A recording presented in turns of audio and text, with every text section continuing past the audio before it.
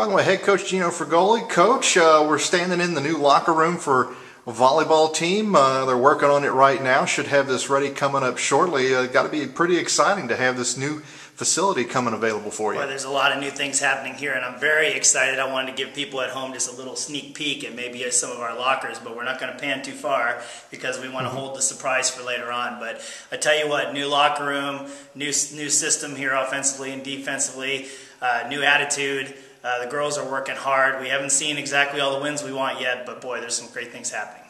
You're at the midway point of the Southland Conference slate. How do you think the players are adjusting to you and you to them at this point? So far, so good. I think the girls are trying really hard. They're trying to understand why we're not exactly getting those tight games yet, but we're in those tight games and we're competitive. And we keep hearing from a lot of people around the conference and around our fan base that the team looks so much better and so much improved. And you know, that's not enough for us. We're going to keep fighting until we get the W's, but for right now, we see improvement and we're staying hungry. So that improvement you're happy with then since the beginning of the season, since I would say the first day of camp? Well, you know, no coaches are going to be really happy with losing, but the way we're losing, the character we're showing on fighting every match, those kind of things, yes, I am happy with that. But we have a long way to go, and we know that, but it's a process, and everybody here is trying to stay patient but still work hard. Well, since you came in fresh, meaning you got to see every player at the very beginning for the first time, who do you think's improved the most? Boy, it's Paige Dawson, no doubt in my mind. She could be a candidate for all conference, and her middle play is just scaring opponents. And she's, you know, hitting around 270, 275 a game, and making all the shots and being a go-to player. I think she really stepped up. And then Lindsay Young, as a sophomore setter, I feel like she's come alive and has played better and better and is learning the system. It's a tough system to learn from the start, and she's doing a good job with it. Tamara Grayson's one of the newcomers. I know she was kind of a project when you brought her in. She'd played, what, 1 year of volleyball coming in? Less than that. So where do you think she's at? She is a junior as far as classification, but where do you think she's at the level she's playing at right now? Well, Tamara's only played 2 months, and she's a track star. But she's physically dominating, where last time we played Nicholls, she was over the top of them. She actually held her own against a National Player of the Week at UTSA last week. She's an exciting player to watch, but so raw in her development that I think by this time next year, she's going to be able to really do some damage. But right now, she's just trying to get her feet wet and her head spinning a little bit, and we're keeping it simple for her. Talking with head coach Geno Frugoli. And coach, last week you faced two pretty tough teams in the Southland Conference. In fact, you faced the #1 team in the Southland Conference in Texas San Antonio, and a Texas A&M team that, or Texas A&M Corpus Christi, that seems to be probably the top defensive team, at least as far as statistics go in the conference. Are they complete opposites? Well, they were, and UTSA just had tons of experienced older girls that played in the system for a while. You could tell they were extremely athletic, and that's kind of a team that we want to. That's the team we want to get to. You know, we're kind of inspiring. So it was good. The second game we had them a little worried. It was real tight. We were doing some things they weren't used to. So it was a fun match for me to just see what we do and what works against a team of that caliber. As I said, the numbers for Texas A&M Corpus Christi indicate they're one of the top defensive temes.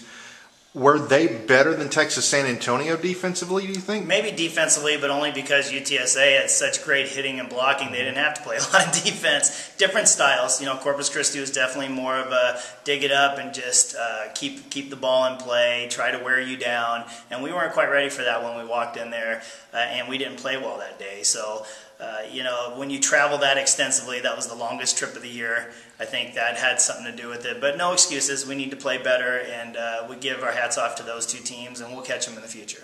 Texas San Antonio, are they hands down best team in the conference?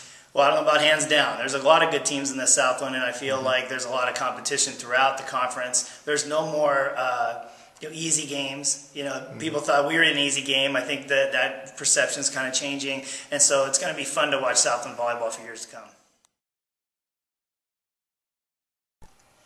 Talking with head coach Geno Frugoli. And coach, you face Nicholls State tonight.